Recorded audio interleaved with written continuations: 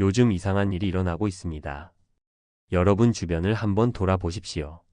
예전에는 그렇게 바쁘게 나다니던 60대 분들이 요즘은 집에만 계십니다.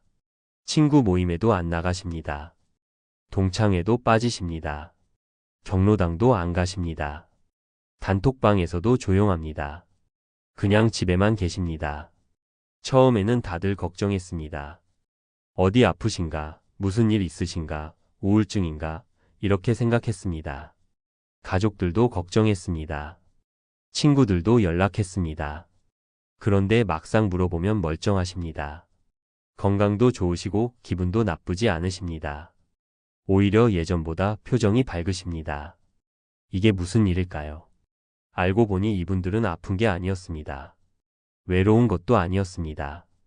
오히려 더 건강해지셨고 더 편안해지셨습니다. 요즘 똑똑한 60대들은 이유가 있었습니다. 그냥 집에 있는 게 아니라 선택을 하신 겁니다. 쓸데없는 관계를 정리하신 겁니다. 맞지 않는 사람들과의 만남을 끊으신 겁니다. 그리고 그 시간에 자기 자신을 위해 사는 법을 배우신 겁니다. 여러분은 아직도 가기 싫은 모임에 나가고 계십니까? 만나고 나서 후회하지 않습니까? 집에 돌아오는 길에 왜 나갔나 싶지 않습니까? 오늘 이야기를 들으시면 고개를 끄덕이실 겁니다. 아, 나만 그런 게 아니구나. 이렇게 생각하실 겁니다. 첫 번째 이유는 자랑과 비교 때문입니다. 전주 덕진구에 사시는 65세 이모 씨 이야기입니다. 이모 씨는 평범한 분입니다. 남편은 정년퇴직하셨고 자녀는 둘입니다. 큰아들은 결혼해서 분가했고 작은 딸은 아직 미혼입니다. 이모 씨는 30년 넘게 같은 동네에 사셨습니다. 그러다 보니 친구도 많았고 모임도 많았습니다. 매주 수요일마다 친구들과 점심 먹는 모임이 있었습니다. 처음에는 좋았습니다. 오랜만에 만나서 밥 먹고 수다 떨고 그랬습니다. 그런데 시간이 지나면서 분위기가 달라졌습니다. 모임에 나가면 늘 똑같은 이야기가 시작됩니다. 누구네 아들은 대기업 다닌다. 누구네 딸은 의사랑 결혼했다. 누구는 강남에 아파트 샀다. 이런 이야기들입니다. 처음에는 그냥 듣고 넘어갔습니다. 그런데 매번 반복됩니다. 똑같은 사람이 똑같은 자랑을 합니다. 다른 사람들도 지지 않으려고 자기 자랑을 합니다. 이모 씨는 그냥 듣고만 있었습니다. 자랑할 게 별로 없었기 때문입니다. 아들은 그냥 평범한 회사 다니고 딸은 아직 결혼 안 했고 집도 전세입니다. 남편 퇴직금으로 빚 갚고 나니 남은 것도 별로 없습니다. 그래서 그냥 입 다물고 있었습니다. 그런데 어느 순간부터 그게 힘들어졌습니다. 듣고만 있는 게 괴로웠습니다. 왜 나는 자랑할 게 없을까? 왜 우리 집은 이렇게 평범할까? 이런 생각이 들었습니다. 집에 돌아와서도 기분이 안 좋았습니다. 남편한테 짜증도 났습니다. 자식들한테도 서운했습니다. 그러면서도 다음 모임에는 또 나갔습니다. 안 나가면 뭐라고 할까봐, 소문날까봐, 그래서 억지로 나갔습니다. 나가서는 또 같은 이야기를 듣고 속만 끓이고 돌아왔습니다. 이게 몇 년 반복됐습니다. 그러던 어느 날 이모 씨는 결심했습니다. 모임에서 돌아오는 길이었습니다. 버스 안에서 문득 이런 생각이 들었습니다. 나는 왜 이렇게 사는가? 남의 자랑 들으러 나가서 기분 나빠지고 돈 쓰고 집에 와서 후회하고. 이게 친구 만나는 건가? 이게 좋은 시간인가? 그날 집에 와서 단톡방 알림을 껐습니다. 다음 모임도 빠졌습니다.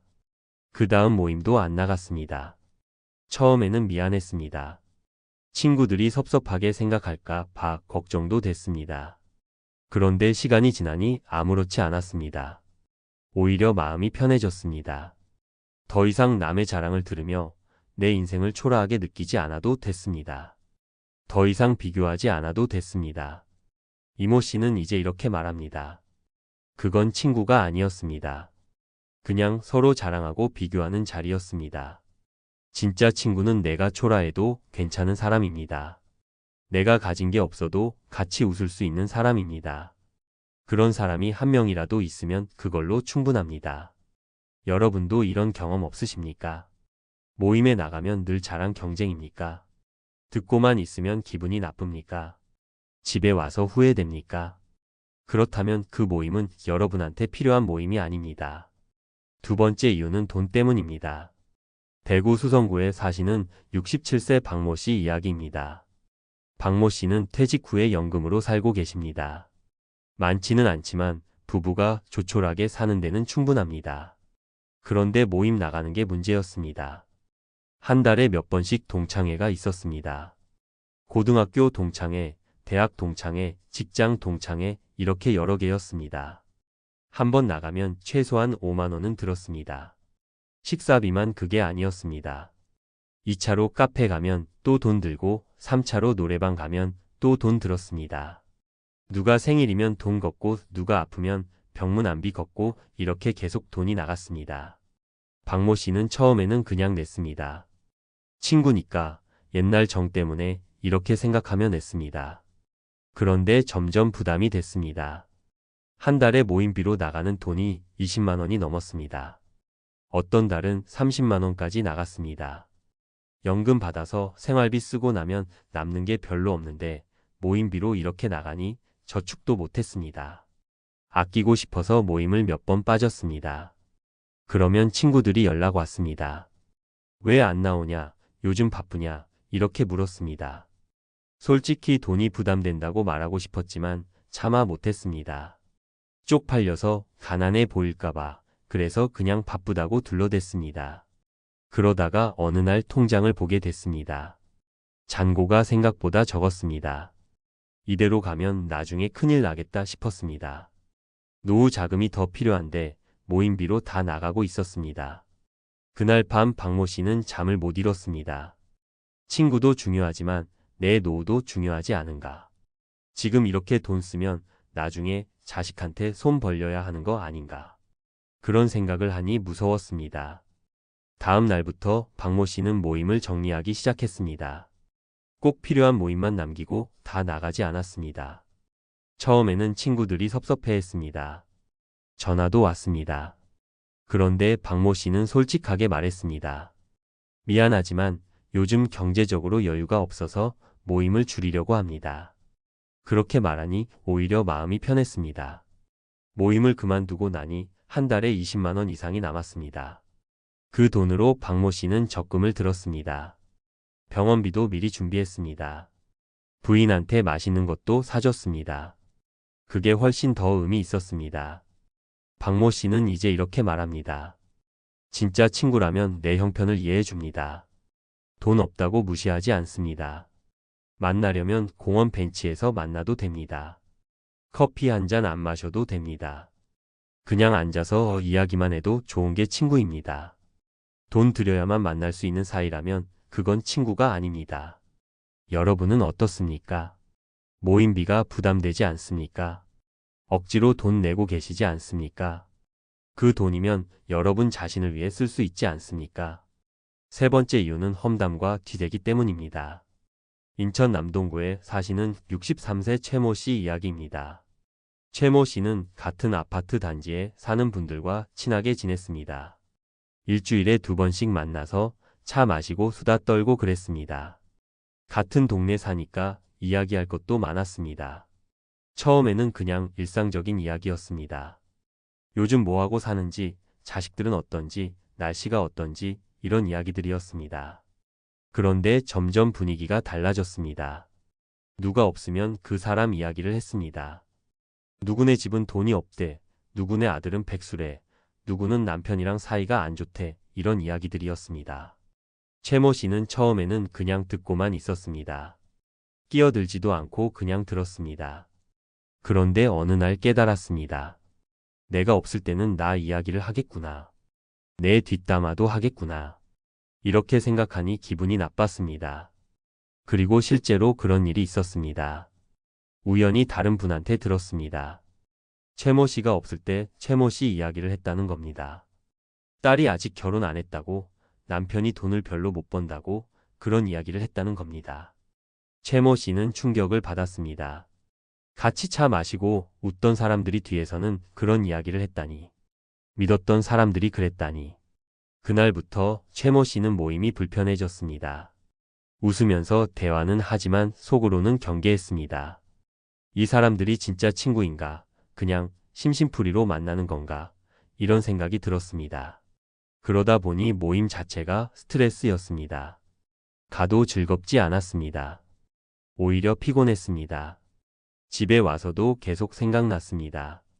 오늘 내가 한 말이 뒷담화 소재가 되는 건 아닐까? 조심해야겠다.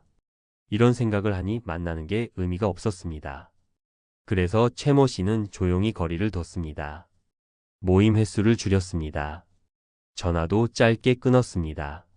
그렇게 자연스럽게 멀어졌습니다. 처음에는 외로웠습니다.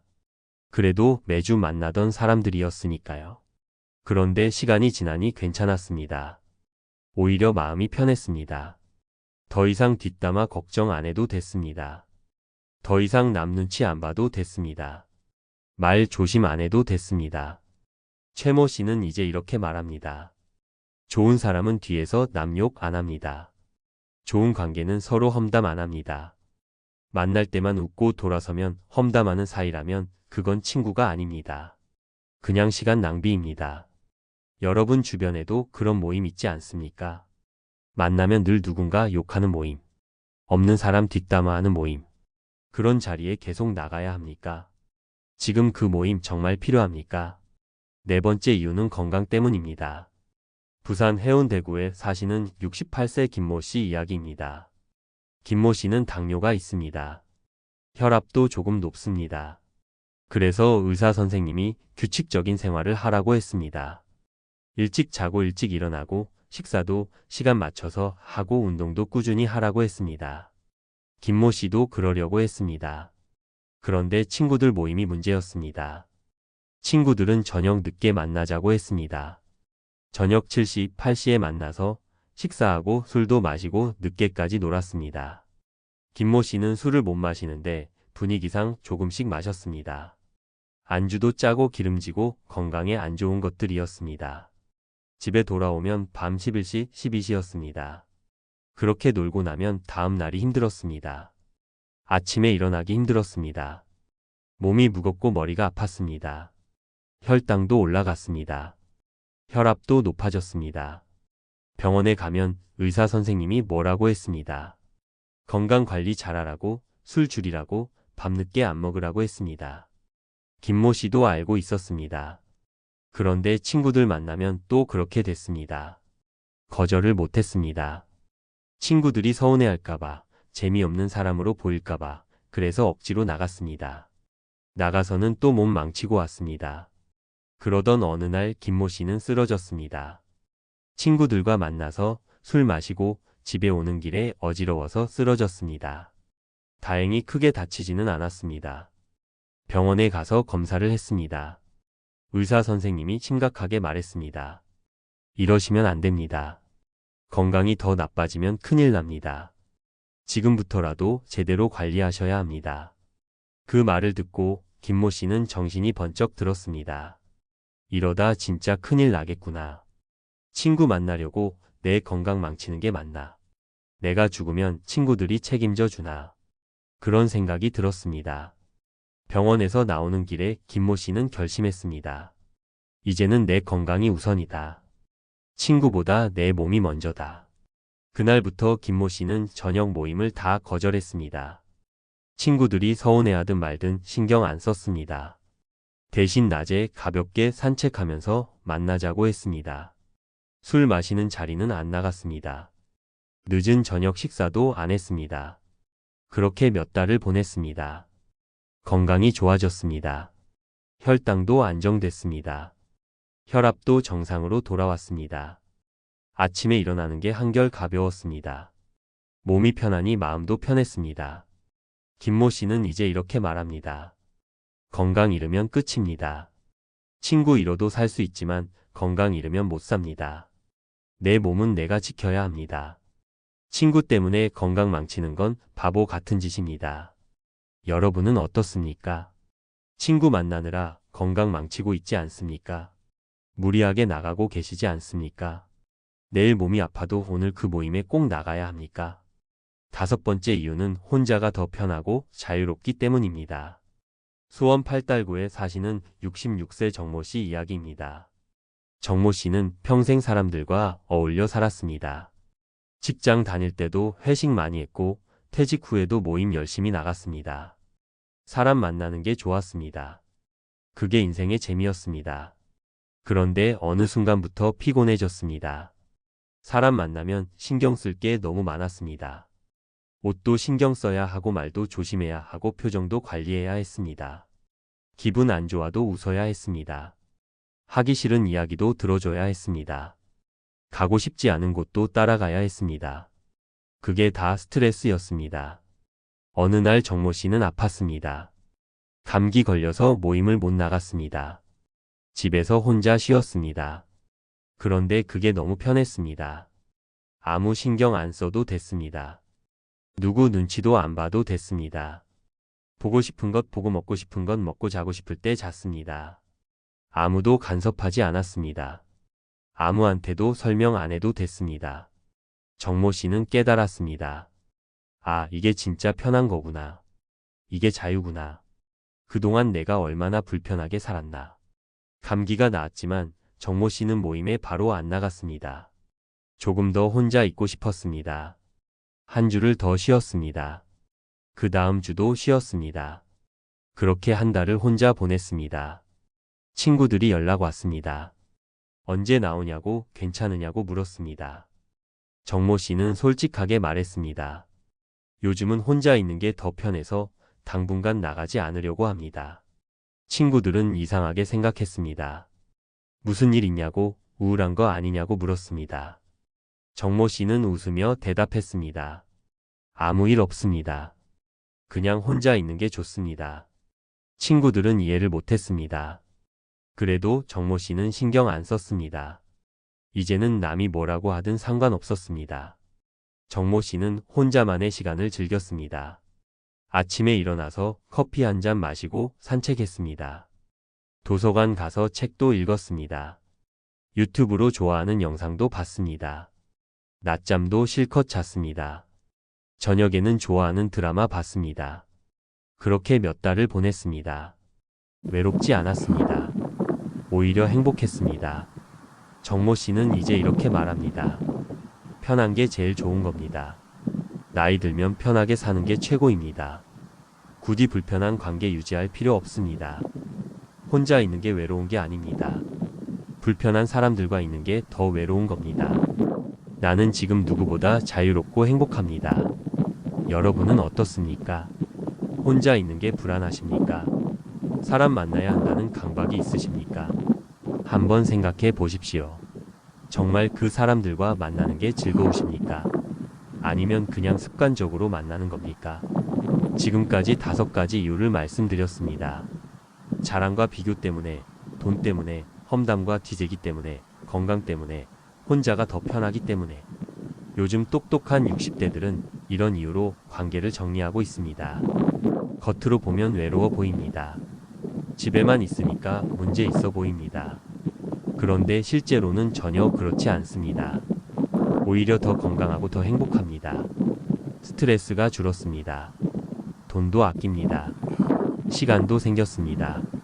자유를 되찾았습니다. 무엇보다 자존감이 올라갔습니다. 더 이상 남과 비교 안 합니다. 더 이상 남의 눈치 안 봅니다. 자기 인생을 자기답게 살고 있습니다. 많은 사람들이 착각합니다. 친구가 많아야 행복하다고 생각합니다. 사람을 많이 만나야 외롭지 않다고 생각합니다. 그런데 그게 아닙니다. 친구가 100명이어도 외로울 수 있습니다. 매일 사람 만나도 공허할 수 있습니다. 진짜 외로움은 혼자 있을 때 느끼는 게 아닙니다. 맞지 않는 사람들과 억지로 웃을 때 느끼는 겁니다. 내 이야기를 못하고 남의 이야기만 들을 때 느끼는 겁니다. 진심을 나누지 못하고 거칠에만 할 때 느끼는 겁니다. 그게 진짜 외로움입니다. 요즘 똑똑한 60대들은 이걸 알고 있습니다. 그래서 과감하게 정리합니다. 쓸데없는 관계를 끊습니다. 맞지 않는 사람과는 안 만납니다. 그 대신 진짜 소중한 사람에게 집중합니다. 한두 명이어도 괜찮습니다. 진심으로 대화할 수 있는 사람, 있는 그대로 편한 사람, 그런 사람 한 명이면 충분합니다.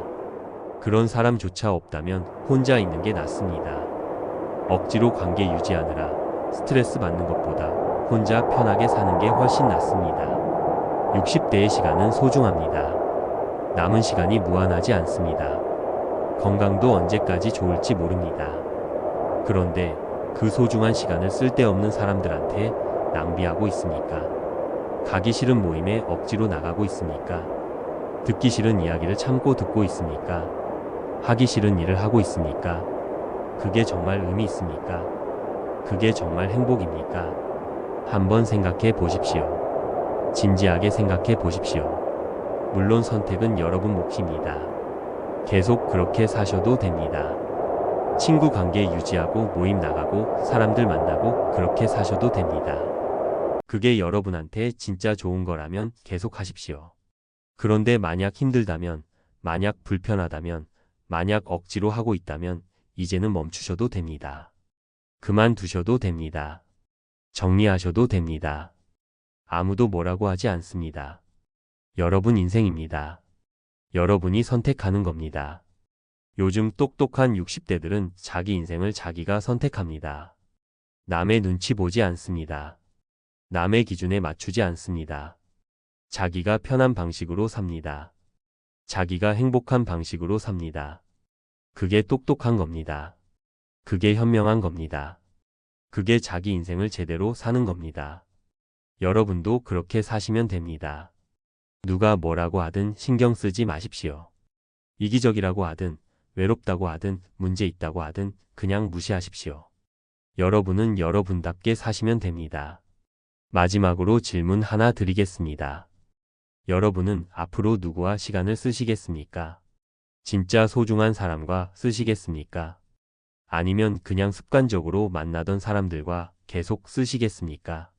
여러분 남은 인생은 누구 눈치 보며 살겠습니까? 남을 위해 사시겠습니까? 아니면 여러분 자신을 위해 사시겠습니까? 선택은 여러분 몫입니다. 그런데 기억하십시오. 지금 이 순간도 시간은 흐르고 있습니다. 나중에 후회하지 마십시오. 지금 결정하십시오. 지금 선택하십시오. 여러분 인생은 여러분 것입니다.